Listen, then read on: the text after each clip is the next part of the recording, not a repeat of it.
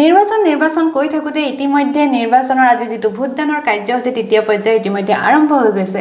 নমস্কাৰ মই গগলি আপোনালোক সকলোকে মোৰ নতুন এটা ভিডিঅলৈ স্বাগতম জনাইছো। যেহেতু আমি সকলোৱে জানো বৰ্তমান যদি এটা চৰ্চিত লোকসভা সমষ্টিৰ কথা আমাৰ মনলৈ আহে হেয়াই হৈছে গুৱাহাটী লোকসভা সমষ্টি।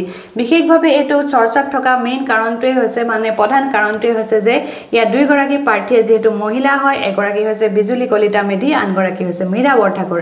আৰু ইতিমধ্যে দুইগৰাকীয়ে যেহেতু তেওঁলোকৰ নিজৰ ভোটদান ইতিমধ্যে সমাপ্ত কৰিছে আৰু তেওঁলোকে নিজৰ যেটো মন্তব্য আৰু ৰাইজলৈও কিছু অনুৰোধ তেওঁলোকে কৰিছে। তেওঁলোকে কি মন্তব্য প্ৰকাশ কৰিলে সাংবাদিকসকলৰ আগত এই সকলোবোৰ এই ভিডিঅ'টোত গম পাব। বিশেষভাৱে তেওঁলোকে কাৰ আশীৰ্বাদ ললে আৰু কি হ'ল আৰু কি কৰিব এই সকলোবোৰ এই ভিডিঅ'টোত গম পাব। গতিকে ভিডিঅ'টো স্কিপ নকৰাকৈ শেষলৈকে চাই থাকিব। এইখিনিতে খালি সদায় কোৱাৰ দৰে মোৰ এটা সৰু ৰিকুৱেষ্ট, কোনোবা যদি মোৰ চেনেলত নতুনকৈ আহিছে আৰু এনেকুৱা ভিডিঅ'বিলাক যদি চাই অকণমান হ'লেও ভাল পায় তেনেহ'লে ভিডিঅ'টো লাইক কৰি চেনেলটো ছাবস্ক্ৰাইব কৰিবলৈ নাপাহৰিব। 5 বছৰৰ মূৰত আজি অকণমান কষ্ট কৰক, আজি অকণমান ওলাই আহক, আপোনালোকে আপোনালোকৰ অধিকাৰ সাব্যস্ত কৰক। এখন সুস্থ গণতন্ত্ৰ আৰু সংবিধান সুৰক্ষাৰ স্বাৰ্থত আপোনালোকে আপোনালোকৰ মতদান কৰক। এইটোৱে মই আজি অনুৰোধ জনাইছোঁ। কেনেকুৱা লাগিছে যিহেতু আজি এটা বিশেষ দিন, বিগত প্ৰায় এমাহ ধৰি গোটেই সমষ্টি ঘূৰিলে, কি ক'ব? মই আশাবাদী, আশা নহ'লে জীয়াই থাকিব কেনেকৈ। মই আশাবাদী যে যি হ'ব ভাল হ'ব, ৰাইজে যি সিদ্ধান্ত ল'ব ভাল সিদ্ধান্ত ল'ব, সেয়ে আশা কৰিছোঁ।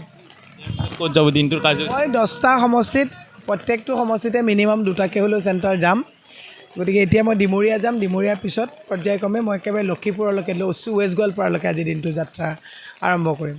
ৰাইজ ওলাই আহিব লাগে, ৰাইজ ওলাই আহিব লাগে। ভোট কাক দিব ৰাইজৰ নিজা সিদ্ধান্ত, কিন্তু ৰাইজ ওলাই আহিব লাগে। মই এইটোৱে কৈছোঁ। কি আশা কৰিছে? মই আশাবাদী যে ৰাইজে ওলাই আহি এটা সঠিক সিদ্ধান্ত ল'ব। ৰাইজে যদি মোক ভোট দিয়ে মই ৰাইজৰ হৈ বলিষ্ঠভাৱে সংসদত মই ভূমিকা গ্ৰহণ কৰিব পাৰিম বুলি মোৰ এটা কনফিডেঞ্চ আছে। ৰাইজক ওলাই আহিব দিছোঁ, ৰাইজে নিজৰ মতদান কৰক। আজি ৰাতিপুৱা মঠ মন্দিৰত যোৱা হৈছে নেকি? মই সদায় ঘৰৰ পৰা যেতিয়া ওলাই যাওঁ পূজা কৰি ওলাই আহোঁ, আৰু আহোঁতে গাড়ীত মই হনুমান চালিচা পঢ়ি ওলাই আহিছোঁ। যি হ'ব ভাল হ'ব। ইয়াত তেখেতে মন্তব্য প্ৰদান কৰিছে, যি হ'ব ভাল হ'ব, আৰু প্ৰত্যেকটা সমষ্টিৰ বাবে তেখেতে যাবলৈ সাজু হৈছে। যিহেতু যদি চোৱা যায় গুৱাহাটী লোকসভা পৰীক্ষাত পঢ়িছোঁ, আজি পৰীক্ষা দিছোঁ। গতিকে আশাবাদী ভাল নম্বৰ পাম বুলি আশা আছে। আশা নাথাকিলে মানুহ কেনেকৈ জীয়াই থাকিব। আশা আছে যে ভালেই হ'ব বুলি আশা কৰিছোঁ, কষ্টও কৰিছোঁ। আৰু যদি ফলাফল ভাল হয় ৰাইজৰ হৈ মই মাত মাতিম বুলি মই মানসিকভাৱে প্ৰস্তুতিও লৈছোঁ। আৰু খুব বতৰটো বেয়া কাৰণে অকণ মনটো বেয়া লাগিছে। ঈশ্বৰক খাটিছোঁ যে অন্ততঃ 11টা বজাৰ পৰা হ'লেও বতৰটো ভাল হওক, ৰাইজ ওলাই আহক, ৰাইজে ভোট দিয়ক, ৰাইজে নিজৰ অধিকাৰবিলাক। প্ৰথমবাৰ ভোট দিয়া হিচাপে যথেষ্টখিনি ভাল লাগিছে, এক্সাইটেডো আছিলোঁ। গতিকে ভাল লাগিলে। হিচাপে যুৱ ভোটাৰ হিচাপে ফাৰ্ষ্ট অফ অল মই সকলোকেতো এইটোৱে ক'ব খুজিম যে আপোনালোক সকলোৱে ওলাই আহক, এইবাৰ ভোট দিয়ক। আৰু তাৰপিছতে যিহেতু আমি যুৱ প্ৰজন্ম হিচাপে আমাৰ তেনেকুৱা কেইবাটাও ইছ্যুজ আছে যোনটোক লৈ পেলাই আমাক চাগে অকণমান কিবা এটা ভাল এটা পৰিৱেশ বা ভাল এটা গভৰ্ণমেণ্ট লাগে। সেইটো হিচাপত ইভেন পাৰ্লিয়ামেণ্টত এটা ভালকৈ আমাৰ ইছ্যুজবিলাক উত্থাপন কৰিব পৰা এগৰাকী ব্যক্তিও লাগে। সেইকাৰণে আমি যদি এটা চেঞ্জ বিচাৰোঁ তেনেহ'লে আমাক এজন ভাল প্ৰাৰ্থীও লাগিব, ভাল এজন প্ৰতিদ্বন্দ্বীও লাগিব। গতিকে সেইকাৰণে মই চবকে আহ্বান জনাইছোঁ যে সকলোৱে যাতে আহি পেলাই ভোট দিয়ে। আৰু মই নিজেও বহুত আশাবাদী। আজি নিজে নিজৰ ভোটটো আপুনি দিছে? হয়, খুব ভাল লাগিছে। ভগৱানৰ আশীৰ্বাদ লৈ দিনটো আৰম্ভ কৰিছোঁ। এতিয়া নিজৰ ভোটটো সাব্যস্ত কৰিলোঁ আৰু তাৰপিছত এতিয়া দিনটো অকণমান ঘূৰিম, কাৰণ গোটেই সমষ্টিটোত বহুতকেইটা ভোট চেণ্টাৰ আছে।